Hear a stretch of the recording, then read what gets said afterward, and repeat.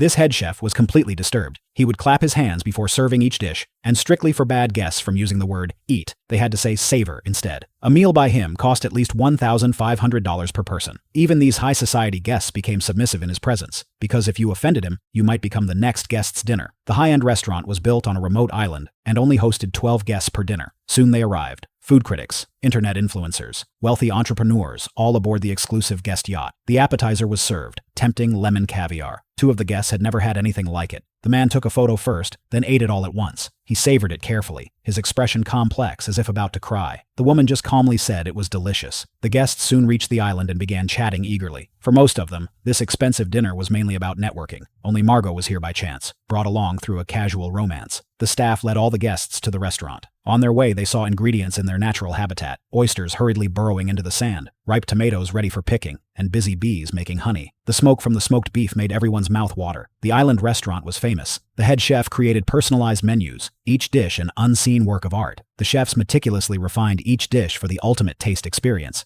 However, photos were strictly forbidden. When the first course was ready, the chef tasted it carefully and gave his okay. Before serving, he clapped his hands loudly. All chefs immediately stopped their work to listen to his speech. The chef introduced himself and shared his unique philosophy about food. He demanded guests not to swallow, but to consciously savor. He had prepared 6 courses, each a masterpiece. He told the story of the first course: island plants on coastal rocks, set in filtered, frozen seawater that released new flavors as it melted. For the second course, he explained, bread has existed for over 10,000 years as humanity's most important staple food, especially precious to the poor. To convey its value, he presented an innovation: breadless bread plate, just various sauces, no bread. Many guests thought it was a joke. A food critic had never seen anything like it, but criticized the separated sauces. Promptly, she was brought a large bowl of sauce that she had to drink entirely. Tyler, however, praised the chef's brilliant idea.